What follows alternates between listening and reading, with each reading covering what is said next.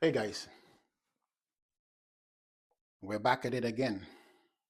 You know, I was thinking about an article I've read last year, I think around February. It was an article on AP News about R. Kelly. You know, I know, very polarizing, but hear me out.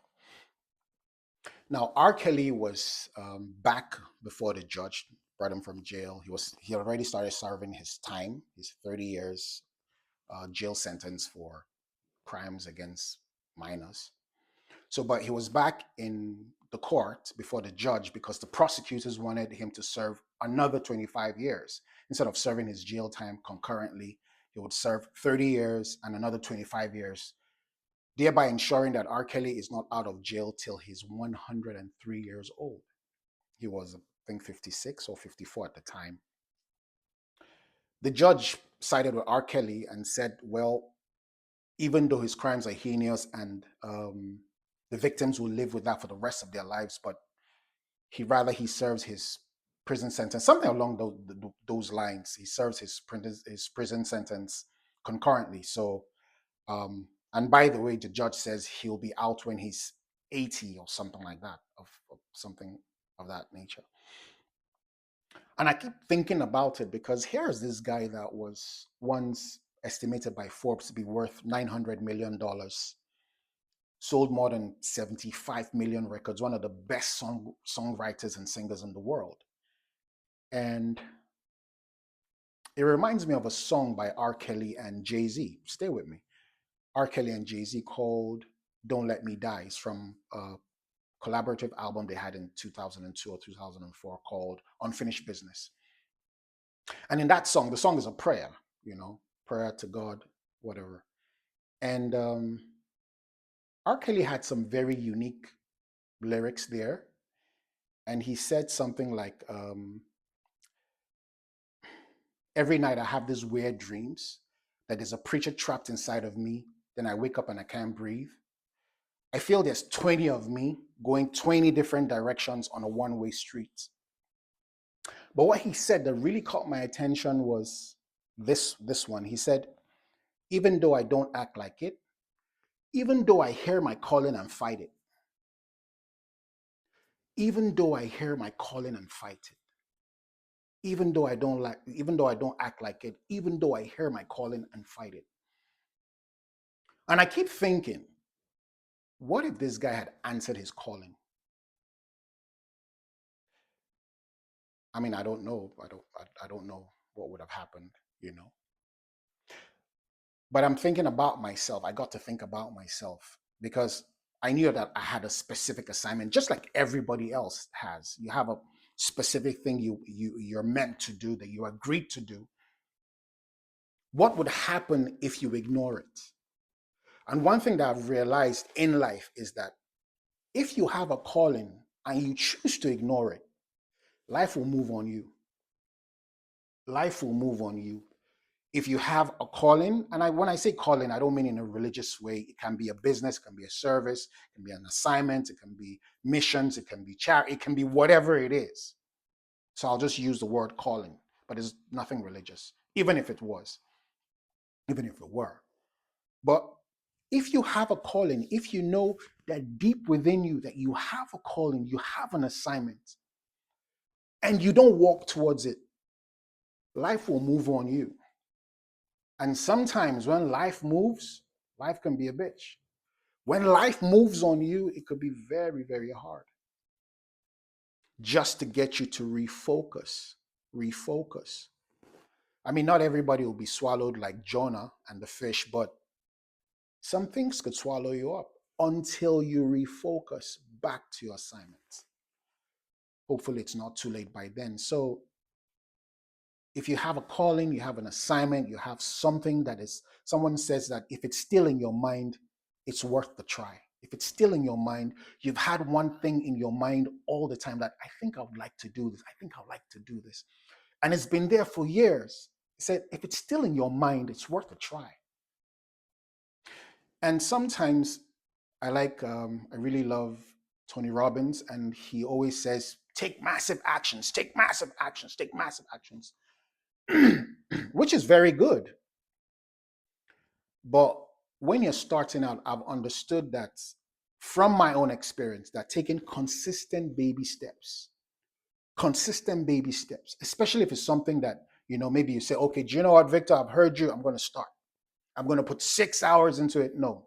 If you take consistent baby steps, and what do I mean by consistent baby steps? This is what I do concerning any project I'm working on. I always, when I come back home, I set a timer, 2 hours. And everybody knows, my wife knows, my kids know, daddy needs his 2 hours.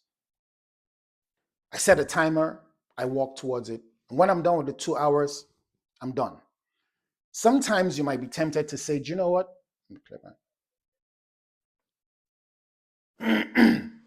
Sometimes you might be tempted to say, I'm in the flow, I'm in the flow, I'm in the flow. Let me go 6 hours. Let me go 8 hours. No, just keep it at 2 hours every single day. Do it Monday, Tuesday, Wednesday, Thursday. 2 hours in a year. 2 hours every day in a year. That is 730 hours in total. 730 hours. Let me ask you, what is it that you think you can achieve with 730 hours? You can learn any language. You can learn to fly any spaceship, you know. You can learn any skill that you put in 730 hours continuously on. You know, and when you start, I would like to encourage you, don't move back. There's this thing in compound interest. I learned it some years ago and it was very interesting. I never thought about it that way. And the speaker was talking about why you should always be consistent. No, don't go back. And he said, if you start with $100, and you make 50% interest, what do you have? You have $150. But he said, if you were to lose 50% of $150, guess what you'll have? $75, which is $25 less than the $100 that you started with. So when you start, don't look back, don't go back, don't draw back. Do you understand? Just keep it 2 hours. Some days you might be tempted, oh, I'm in the flow, let me do 6 hours, let me do 10 hours. No, just keep it at 2 hours, 2 hours, 2 hours. And when I say 2 hours, I'm not saying be stuck in the loop of, oh, I'm preparing for my assignment, I'm preparing, because over preparation is just another sophisticated form of procrastination taken from an expert. I've wasted a lot of time over preparing. So now I have people accountable, my spouse, some of my friends, some of my colleagues, some of my partners, like, I'm working on this project. Please keep me accountable so I don't get stuck in the loop of over preparation. So baby steps, consistent baby steps can make a difference in your calling. Um, in aviation, there's this thing called the 1 in 60 rule that they teach all pilots. Informally, it's called the 1 degree rule, and it's pretty simple, but pretty amazing when you think about the ramifications. And the 1 in 60 rule just means this: that for every 1 degree a plane veers off its course, for every 60 miles that it travels, it will miss its target destination by 1 mile. And let me just put it in perspective for you. If a plane were to leave JFK in New York with a target destination to London, England. Now, if upon, let's say it's traveling northward, high latitudes, if let's say on taking off from JFK, it veers off its course just by 1 degree, just 1 degree, as soon as it takes off, just 1 degree. Guess where it will land? It won't land in London. It would land in Norway. Norway. If that same plane was traveling southward, lower latitudes, from JFK to London, if it were to veer off course by just 1 degree upon takeoff on JFK, it won't land in London. Guess where it will land? In Paris.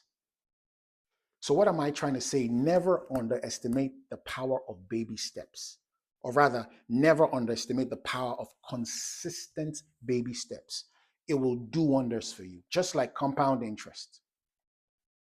Just like compound interest. So, if you have something, and the thing, sometimes we always look at the final thing, like you have a vision to release one of the biggest movies, or we always put our mind on the final objective, and sometimes it can be so grand that we don't start. It scares us. But baby steps breaks it down. I used to be overweight, and I lost like 56 pounds. That's like almost 30 kilograms in 4 months. And what did I do? You know, Intermittent fasting, brisk walking with dumbbells. And I just kept at it. I did it 90 minutes every single day. So I had my first meal around 1 p.m. And then my last meal around 6. And I eat anything because life is too short to be on a diet, if you ask me. But I just noticed, I just did that just consistently. I just did that consistently. And I lost 56 pounds in 3.5 months. And I still do it till today. Um, so it's a lifestyle. One time I was buying coffee for my wife, and she was buying, sausage farmers wrap in the morning, and it smelled so good. So when I dropped her off at the office, heading to my own office, I was like, life is too short. Let me buy the same thing. And that was pretty like the worst mistake. It ruined my whole day because I was already used to that pattern for more than 3 years, and I broke it. So I never do that anymore. So that's the power of consistent baby steps, consistent baby steps. So while you have the back of your head, you have in mind your target, that big thing, that big ending.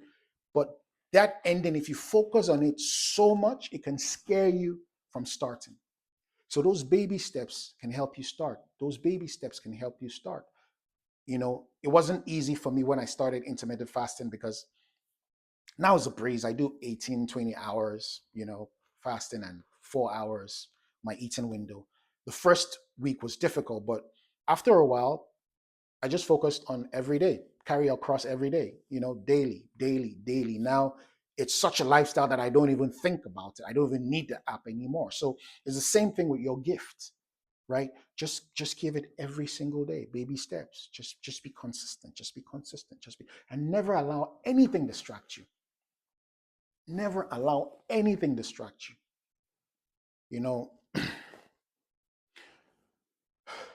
Robert Heinlein said, in absence of clearly defined goals, we become strangely loyal to performing daily trivia until ultimately we become enslaved by it.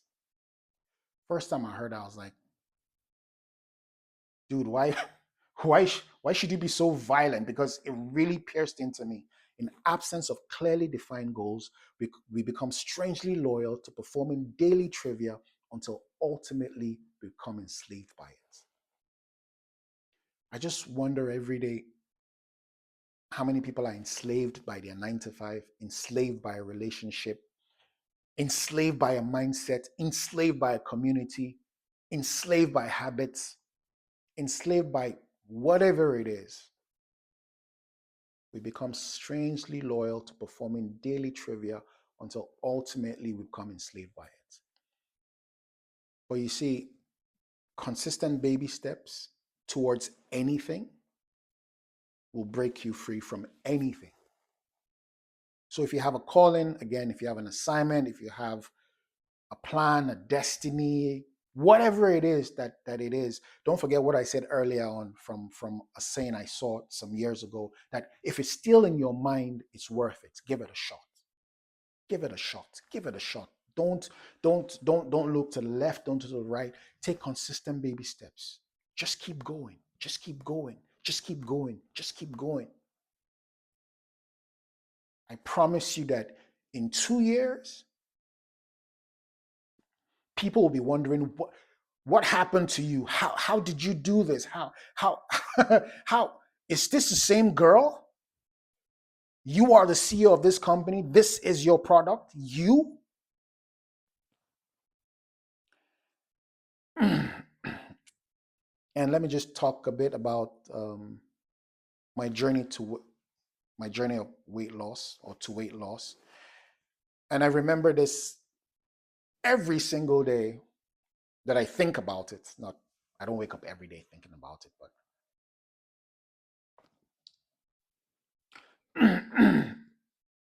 then I was living in a gated estate when I started this practice of intermittent fasting and brisk walking with my dumbbells. And every evening, around 7:38, when I'm back, after I have dinner around 6, I pick up, I dress up to go for my brisk walk with my dumbbells. I did that every single day. And every evening, I always meet the same set of neighbors and residents, say hi and all that. And I just kept at it. And I'll never forget the day that after 4 months, after I had lost all that weight, but because I was still wearing my old sportswear, and I bought, new sportswear that totally fits. And I went out just like every other day. But this time I was wearing sportswear that fit my physique. And I'll never forget, I don't think I was able to exercise brisk walk for 90 minutes. I think I ended up spending maybe 3 or 4 hours because here was what was going on with every same person that I always met before. They would see me and go like, "Whoa, Victor, you've lost so much weight." And then they always ask this thing that they say, "What is your secret?" And I'm like, in my head, I'm like, "Secret? You've been seeing me doing the same thing every single day for nearly 4 months." But everybody was like, "What's the secret?" So I had to stop, tell this person about my secret, then exercise another 4 or 5 minutes. Then another person would pull over and say, "Whoa, what is your secret?" I'll tell them all over again. But in my head, I was like, this is what you've been seeing me do every single day. And you can come to a point in your life that you are so out there, you're so prosperous, you've so made it, you've so climbed the ladder of success, or you've lost weight, or you live a joyful life, or whatever it is. And the same people who have seen you doing the same thing consistently now ask you, what is your secret? And the secret is what? Consistent baby steps. Consistent baby steps. I encourage you, my brother, I encourage you, my sister. No matter what it is, no matter what it is that you want to achieve, I promise you, all you need to do, set up a program. Set up a program that I'm going to spend 2 hours every single day on this thing. Every single day, Monday to Sunday, every single day. Every single day, doing it, not preparing for it necessarily, doing it, doing the work. I promise you that by this time next year, you'll be a totally different person. I can't imagine where you'll be another 5 years if you just keep at it consistently. All right? That's all I got. See you tomorrow.